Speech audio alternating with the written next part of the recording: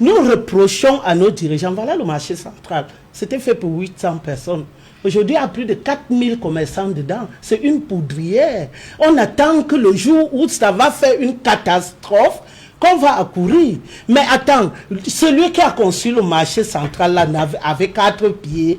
Pourquoi il n'y a pas un autre marché central construit depuis 45 ans? C'est ça le problème. Le problème, c'est d'être futuriste. C'est de projeter la ville. Même dans les pays les plus huppés, on prend des espaces hors de la ville, on construit une nouvelle ville, et quand on a fini de construire, on vous dit qu'il y a des logements à tel niveau, et c'est à ce moment que la population commence à s'acquérir. Comment on peut rester comme ça là? On ne justifie pas les bêtises. Moi je dis, ces gens-là, à Mokolo, on perçoit sur eux. On perçoit les impôts, mais on perçoit aussi les droits de place.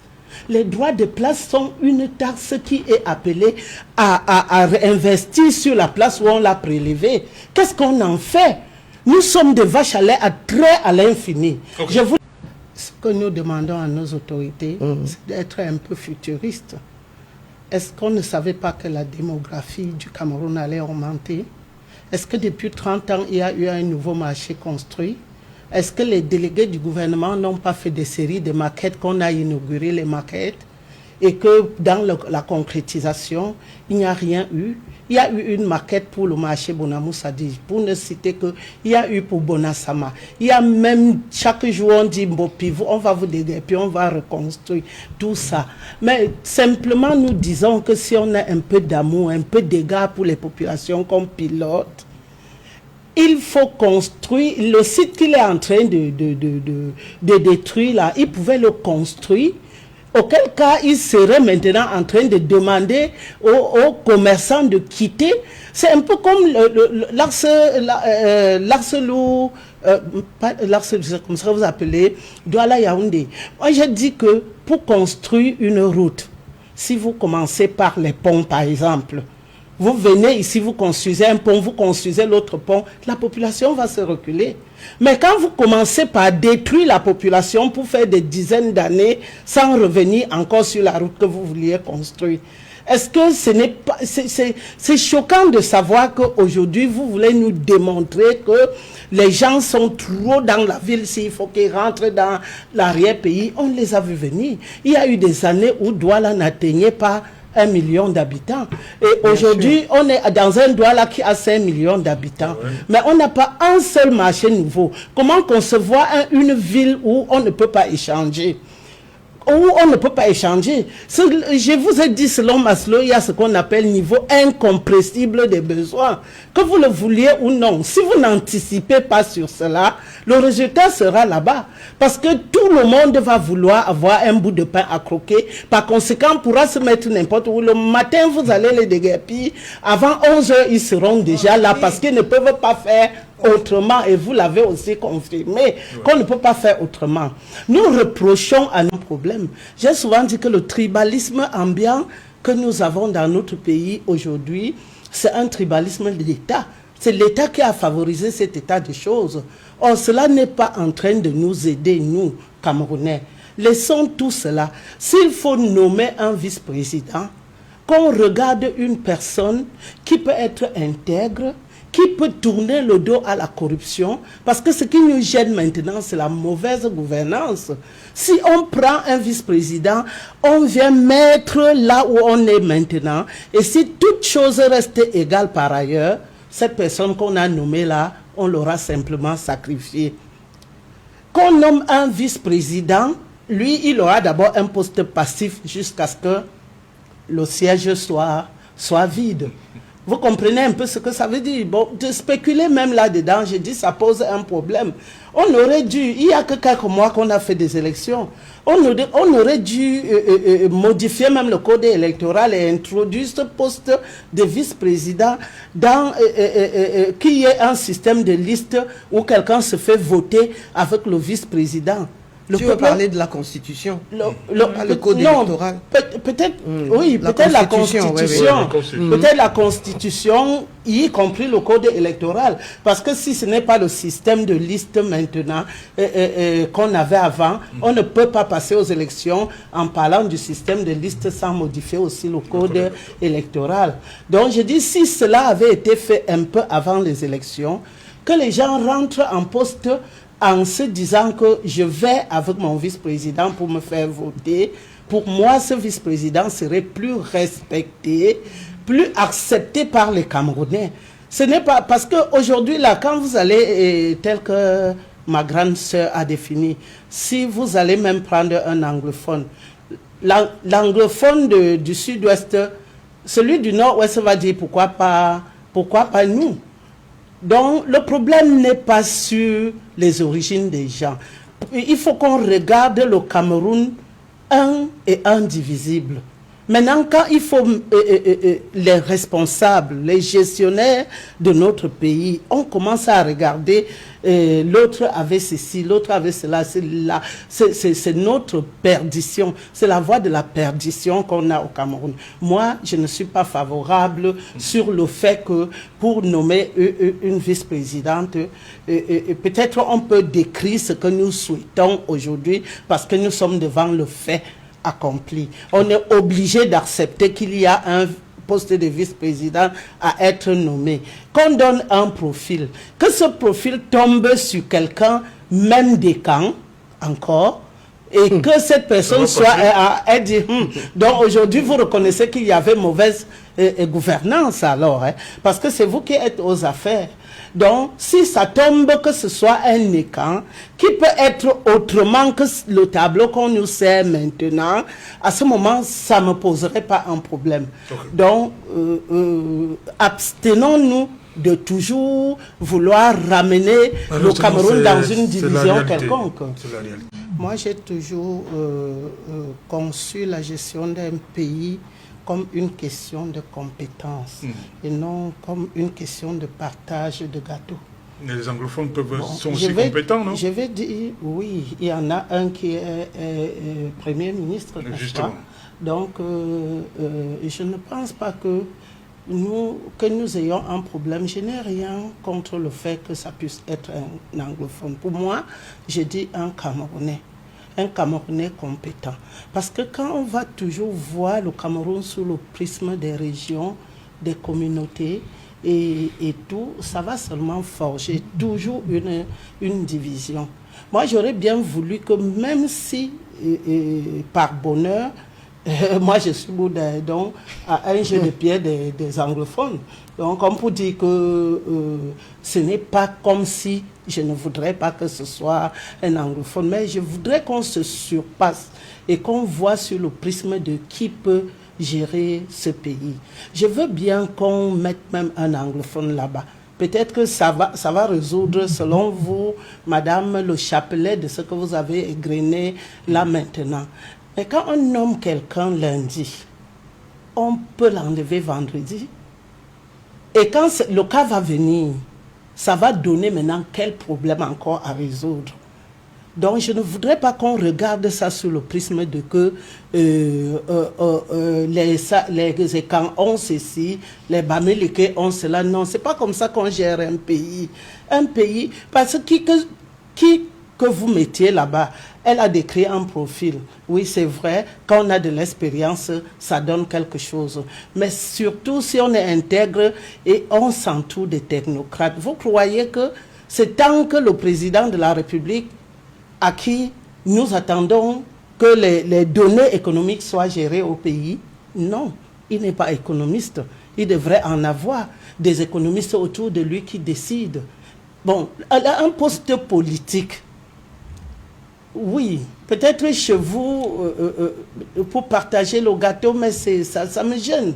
Ça me gêne de savoir qu'on peut être là, parce que ce qui détruit notre pays, pour moi, c'est Alain Autou. C'est cette histoire qu'on a dit, équilibre régional. Du coup, on peut trouver des gens quelque part qui ne sont pas à la hauteur de ce qu'on leur demande de faire, mais on les a simplement mis là parce qu'ils sont de telles régions.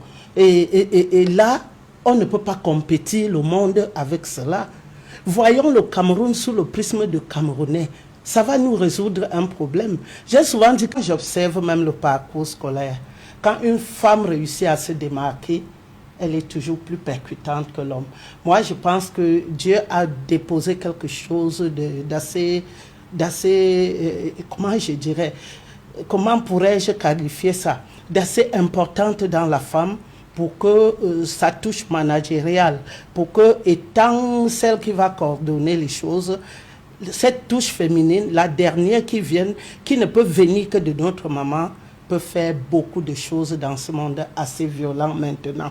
Dans ce monde où tout va dans tous les sens, moi je pense qu'une femme même à la présidence de la République, ça ne me surprendrait pas et je ne pourrais pas ne pas croire en ses compétences. Bon, maintenant, quand notre président va vouloir nommer une femme à la vice-présidence, la question va se poser.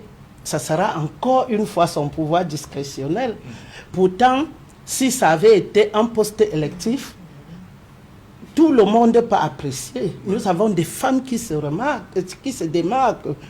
Nous avons Marlise Douala-Bel qui a été députée dans cette République. Ce n'est pas n'importe quoi, surtout dans le Vouri.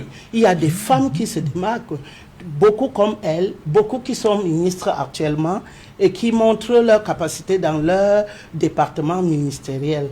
Mais si ça revient maintenant à un poste où ce sera juste le pouvoir discrétionnel du chef de l'État, est-ce que la confiance qu'il faudra pour accompagner cette femme à ce poste, est-ce que ce sera toujours ça au point?